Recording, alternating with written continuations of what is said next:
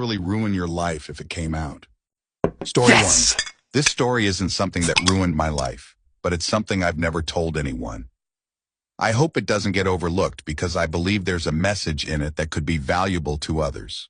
For context, I'm a male in my mid-20s, with no history of severe abuse like many of the stories I've read. I've lived a fairly typical suburban life in the Midwest. My dad is of Hispanic and Caribbean heritage, and my mom is a white American with distant Irish ancestry. I have a somewhat uncommon, distinctly Hispanic last name. Physically and culturally, though, I lean more toward the white side of my background. When I was 14, I went to a sleepaway camp in the Southwest U.S., the same camp my dad attended over 30 years earlier. This was my first time staying away from my family for more than a weekend. I was both excited and a bit nervous. I looked forward to activities like horseback riding, leatherworking, and archery. What I didn't expect was to experience violent racism.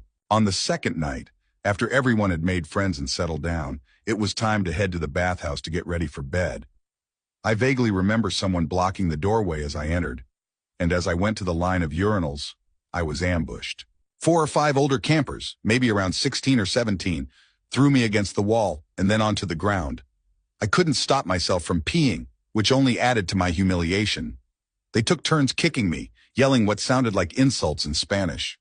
Although I couldn't understand the words, the tone was anything but friendly.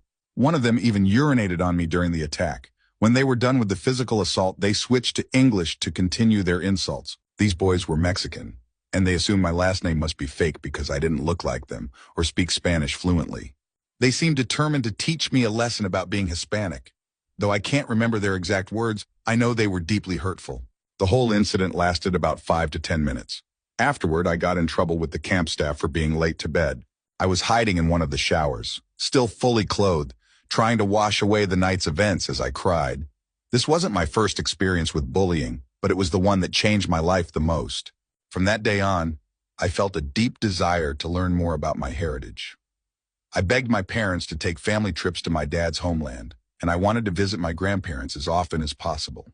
I did everything I could to connect with my Hispanic and Caribbean roots. Not to prove myself to anyone else, but to understand my identity on my own terms. To this day, 10 years later, I don't know who those boys were, and I've never held this experience against the Mexican community. The actions of a few don't define an entire culture, and that's something I've held on to. Racism is still present in many forms, not just the ones commonly shown in the media. If you witness it, please step in and stop it. Story 2. When I was 16,